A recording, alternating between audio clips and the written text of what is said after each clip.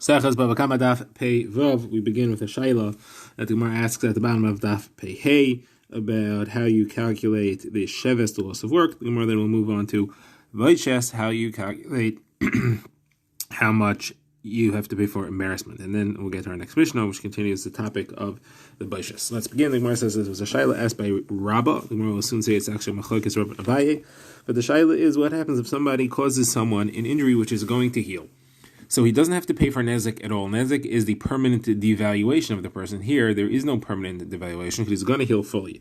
However, there is a loss of work in the meantime, and there is a temporary devaluation. If you want to sell him while he's healing, he'd be worth less. So do you have to pay for the temporary devaluation? Do you calculate his sale price now? Or do you say since it's going to go back up to full price, there's nothing you have to pay at all? You also have to figure in there how you're going to pay for the loss of work, how you're going to pay for the sheves the time that he's out during this time. So this is Rabba's question. The example that Rabba brings is if somebody strikes someone's hand and the hand withers, but it's going to heal, it's going to restore to full health. Now, the Gemara wants to bring a raya from a brayso that discusses two situations in which someone comes close to being chayav misa, but he's not because there's no blood. So somebody strikes his father or his mother, so if he would make a chabura, it would be chayav misa for that. But there was no chabura, there was no wound. Or if somebody strikes someone else on Yom Kippur, and again, if there would be a chabura, it would be chil Yom Kippur, he'd be chayav for that.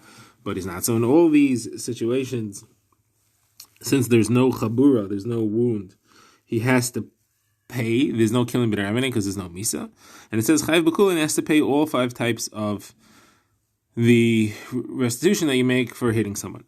Now the Gemara says if there's no chabur, if there's no wound, that means that it's going to heal fully. Anything which has no wound heals fully.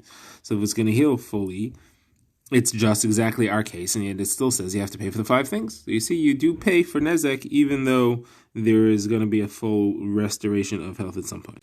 The Gemara says, no, there are some things where there's no chabur, but it's not going to heal fully. So the Gemara says, for example, if you made him lose his hearing, if you struck him a blow and he became a deaf person, but there's no chabur, and therefore that's why you pay the nezek, because there's a permanent loss and damage.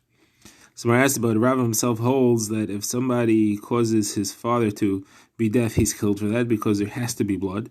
The way he loses his hearing is for blood falling into the ear canal, so there's certainly blood there somewhere. And therefore there is a chabura. So it's not true. If it says here that there's no chabura, it's not talking about where he made him deaf. Someone says, okay, so we're talking about where he shaved off his beard or his head hair. So the Gemara says, well, head hair or even the beard hair, it grows back. So if it grows back, it's exactly like our case. It's exactly a situation of an injury that will restore, and it will restore to full health. So if still you have to pay for all 5 things, so obviously you do have to pay for something which is going to be restored. So Gemara says, no, he removed his hair with a chemical that makes it not grow back at all. It's never going to grow back. And that's the exact situation. There's no chabur, there's no blood, but it's a nezek which is not going to be restored.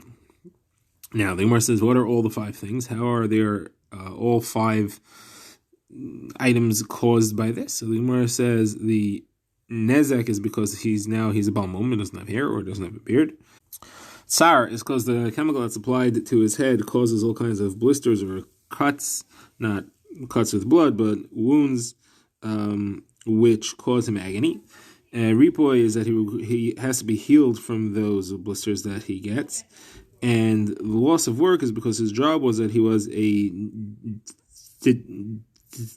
dancer or a clown of some sort in which he had to shake his head, and then the top of his head would be visible, and he can't do that kind of work anymore because of these injuries that he has until he heals from them. And the baishas, of course, is because he lost his hair. There's nothing more embarrassing than that. Now, so this is a discussion in Rabbah. The Gemara says that Rav and Abaye had a machlokes about it. It was pasha to them.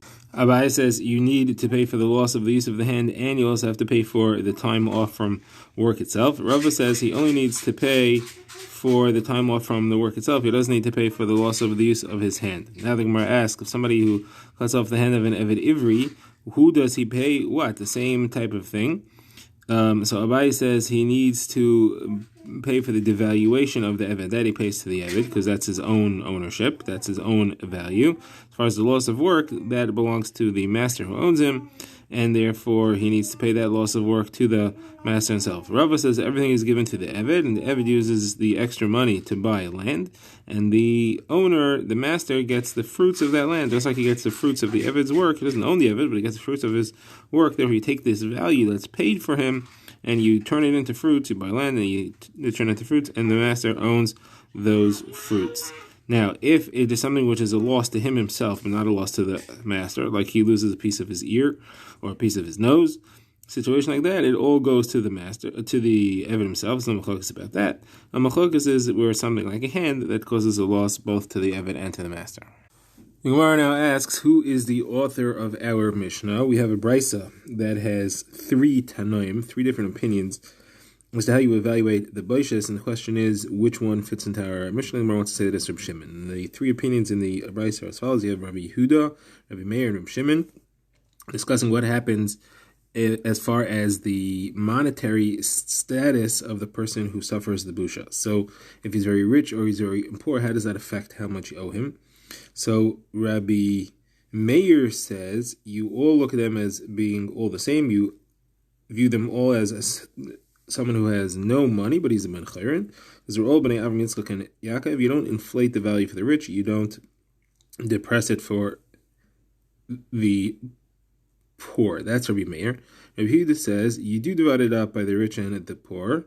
Each one according to how wealthy he is. That's how you evaluate how severe the boishes that he suffered is and how much you need to pay for him. Now, Rabbi Shimon says not quite that way.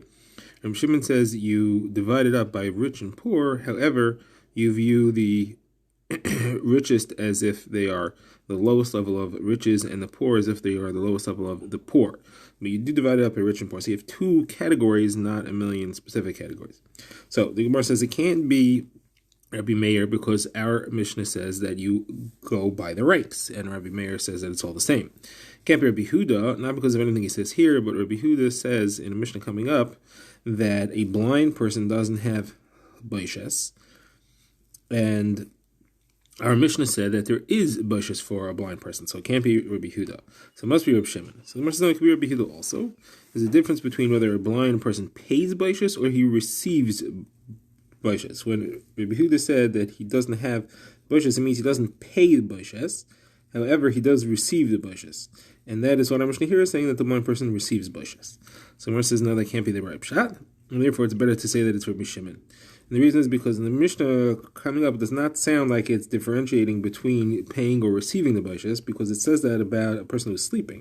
It says that a person who's sleeping, he receives the boishes, but he doesn't pay the boishes. But what they don't make in the same context, we're talking about a blind man, and we don't make that differentiation there. If it was true, we would say it. Because they don't say it, it's mashma that it's not true. The Gemara now quotes another brisa, and the Gemara wants to know which of these 3 Tanaim is the author of this brisa. The Gemara is going to say it doesn't seem to be any of them. Then the Gemara will have 2 ways to fit it in. So the brisa that we have is if somebody is trying to be mevayish someone, to humiliate one person, but instead he's mevayish someone else, someone who's greater than him. So the phrase is, Rice says, is if he's mechaven to be mevayish a small person, a katan, and instead he's mevayish a gadol, a big person. We'll define soon what that means. He only has to pay the amount that he would have owed to the person that he intended to be mevayish. So, for example, if he spit at a katan and instead it hit a gadol, he only has to pay the amount that he had in mind, which is the payment you would need to pay for spitting on a katan. Same thing is true if the one he intended to hit was an eved and instead it was a ben chayrin, he would only have to pay the busha for the eved. So the first question, who is this? It can't be Rabbi Meir, because Rabbi Meir holds that everyone pays an equal amount. There is no difference between a katan and a gadol. And we're assuming now that katan means poor, a small amount of money, and gadol means big, as in a person of high social stature being rich. So, according to Rabbi Meir, there's no chelik between them, there's no difference. So the whole halacha, if you pay for this one, the amount you would have owed to that one, doesn't make any sense. Now, Rabbi Huda doesn't fit either, because Rabbi Huda, we'll see soon, holds that there is no boishes at all for an eved. So it doesn't mean he would pay the amount that you owe to an eved. You don't pay boishes at all for an eved. It can't be Reb Shimon, because Reb Shimon holds that if you're mechavein for one and you're mevayish someone else, you don't pay anything. To pay for Vaishas has to be kavana. Where does he learn that from? So he learns it from the pasuk about murder. Just like if you intend to murder one person and you murder someone else, you shoot at one person and instead you hit at someone else, you're not chayiv misa for that because it says va'arav lo Bava Kamma, and you have to be hunting specifically that person.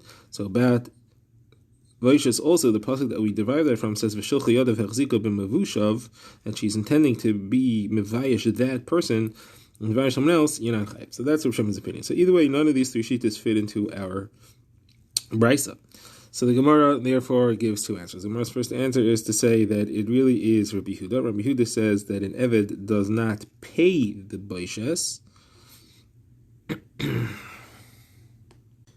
and he doesn't receive the baishes. However, you can evaluate how much the eved would want for the baishes. So even though he himself wouldn't receive any, but since that's what he was mechaven, he would evaluate what is his baishes worth to the eved, and that's the amount that you would pay to the ben chayrin here. Whereas the second shot has to say that it's Rabbi Meir, and when we say big and small, katan and a gadol here, we don't mean rich and poor. We mean a child and an adult. And we're saying if you're mevayesh, you intend to be a mevayesh child. Instead, you're mevayesh an adult, you would pay the amount that you would have to be mevayesh for the child. And that Rabbi Yehuda is not mechalik. He says that Rabbi Yehuda is mechalik. He's only not mechalik about finances, but about a katan and a gadol, he is mechalik. Samara asks, there should be no busha at all for a katan, and a katan is not in its bayish.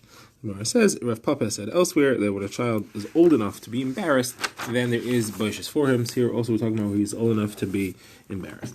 This concludes our Gemara. Now we get to our next Mishnah, which continues the halachos of busha. So the Mishnah says if somebody's mevayish a naked person, or a blind person, or a sleeping person, he's chayiv. He has to pay the embarrassment for each of those. Now, to go the other way, if a person's asleep and he embarrasses someone, he's pater. And then it says if he falls off a roof, if someone falls off a roof and he's mazik someone, or he embarrasses someone, he only has to pay for the hezek. He's pater for the baishes because he's not mechavin, he just fell off the roof. You only pay for the baishes of something that you're actually mechavin for. Now we begin the Gemara, which starts with the Bryce discussing the concept of embarrassment as far as a person who's undressed. So the Bryce says that if somebody was walking around undressed, so if somebody's mevayish him, he's chayiv. And the embarrassment for someone who is undressed is not the same as the embarrassment of someone who is dressed. So you calculate it according to what was happening. Now, if someone is in a merchatz, a bathhouse, and there he was undressed, and he's mevayish him there, so he's chayiv there also. Embarrassment is different for someone if he's in a bathhouse than if he's in the street. So these are the two halachas the Brisa says. So now the Gemara asks, how is there embarrassment in each of this? If the guy is walking around naked, how is there an embarrassment for him? He so obviously doesn't care about anything. So the Gemara answers, no, he wasn't really walking around that way on purpose. The wind blew his clothing up and exposed him, and this person came and pulled it up even further, exposing him even more and causing him more embarrassment, so you need to pay for that. Gemara has the same thing about the merchatz. How is a person embarrassed if he's in a merchatz? So the Gemara answers, he wasn't literally in a merchatz where everybody walks around naked. He was just trying to clean himself by the river. Most people there are dressed, and he was mostly dressed himself, and this person was mevayish him there. The Gemara now introduces a shayla that was asked by Rav Abba bar Mamo about someone who's asleep. The Gemara is going to have two versions of what the shayla was, with the same raya and the same rejection of the raya in each version. So the question that was asked was, what is the halacha if somebody's asleep and somebody's mevayish him while he's asleep, so he's not aware of it, and then he dies in his sleep, so the person never knew about what had happened? That's a question that he asked. Now, what's behind the question? Here we have two versions. Rav Zvid says as follows: the tzad that he should be pater is because the payment for embarrassment is the suffering of the victim, and here the victim never suffers, so he doesn't have to pay for anything.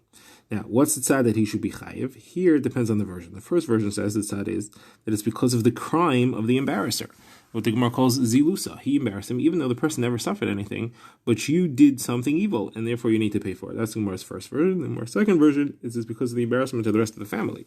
And it's embarrassing to the rest of the family that their family member was embarrassed, even if he himself doesn't suffer from it at all. Now, the Gemara's proof, according to both versions, is from a Raisa where Rabbi Meir says a cheresh and a katan are different than a shaita as far as the halachas of Vusha. Usually cheresh and katan go together, but here we separate shaita out. What's the halacha? So a cheresh and a katan do have boishes to get paid for it. A shait, however, does not have boishes. So says the Gemara, let's focus on katan. If it's because of the embarrassment that he receives, a katan doesn't get embarrassed. There is no embarrassment for a katan, the Gemara says. So it can't be that that's the reason. It must be, according to the first version, because of the crime committed by the embarrasser or because of the embarrassment to the rest of the family. And therefore you have proof from here that there is payment even for the person who's asleep when he dies and he never knows about it. The payment of the embarrassment is not for the suffering of the victim itself alone. So the Gemara says that can't be correct. Because if that was true, why should a shaita be any different than either of them? A shaita, he himself may not suffer anything because he doesn't know what's going on, doesn't understand what's happening, but there is also the crime and there's also the embarrassment for the Bnei Mishpacha. So Gemara wants to answer that that's not a kasha. There is no greater embarrassment than being a shaita. So there is no actual additional crime in embarrassing the shaita. There's no more embarrassment to the Bnei Mishpacha, according to the other version, because he's maxed out into what situation he can be in by already being a shaita. So the Gemara says, okay, so then we do have a proof from the fact that the katan, there is embarrassment for him, that it must be that it's mitzad the crime or mitzad the family, but not mitzad the victim himself, because katan doesn't get embarrassed. So our answer is now we can bring in Rav Papa again, just like we brought before, that there is an age at which a katan gets embarrassed, and therefore he deserves to be paid for it. And we're talking about where he reached that age. And the Gemara quotes a brisa that supports this conclusion. The brisa says that Rabbi said a cheresh has embarrassment, a shaita does not have embarrassment. The meaning a cheresh understands and he gets embarrassed, a shaita does not. A katan, sometimes he does and sometimes he does not. And the difference is depending on his age, if he's old enough to reach the age of embarrassment. The Gemara now introduces the opinion of Rabbi Yehuda mentioned earlier that there is no busha for a blind person. So Gemara quotes a brisa about Rabbi Yehuda's halachas of blind people, and this is going to continue deep into the next stuff. We'll just bring this brisa here. So Rabbi Yehuda says in a brisa, a suma does not have vaishas. It means that if he's mevayish someone, he does not need to pay the vaishas for it. The Gemara has said earlier that our Mishnah doesn't fit with that, because our Mishnah says that there is a chiv, at least. Now the Gemara brings the complete Rabbi Yehuda. Rabbi Yehuda said that a person is pater from the baishas, and from that he learns to pater him for other things as well, from a chiv of exile if he kills somebody by accident, from malchus if he does an iser lav that yesh by malchus, and from chayve misas bezdin if he does something that has that leinish. Now, what's Rabbi Yehuda's makar? The Gemara says he learns from Eidim Zaymim. Eidim Zaymim are Eidim, therefore they can't be blind because they have to say Eidus that they see. But Eidim Zaymim it says Einecho, and we learn that the same halacha therefore applies by the case of Vaishes, where it says Einecho also, Lasachais Einecho. Now, as far as the limit to Chayve Kaliyais, that we have a brisa that we bring specifically, it says B'lei Ru'us. It says that the person was killed by accident. It says without seeing. So Rabbi Yehuda says that's to exclude a person who never sees. It means that when it says below ros, means usually he sees, but this time he didn't see. Rabbi Meir says no, that's specifically to include a blind person because it says below ros where he didn't have to see. So the more gets into this a little bit, and says what's Rabbi Yehuda's reasoning?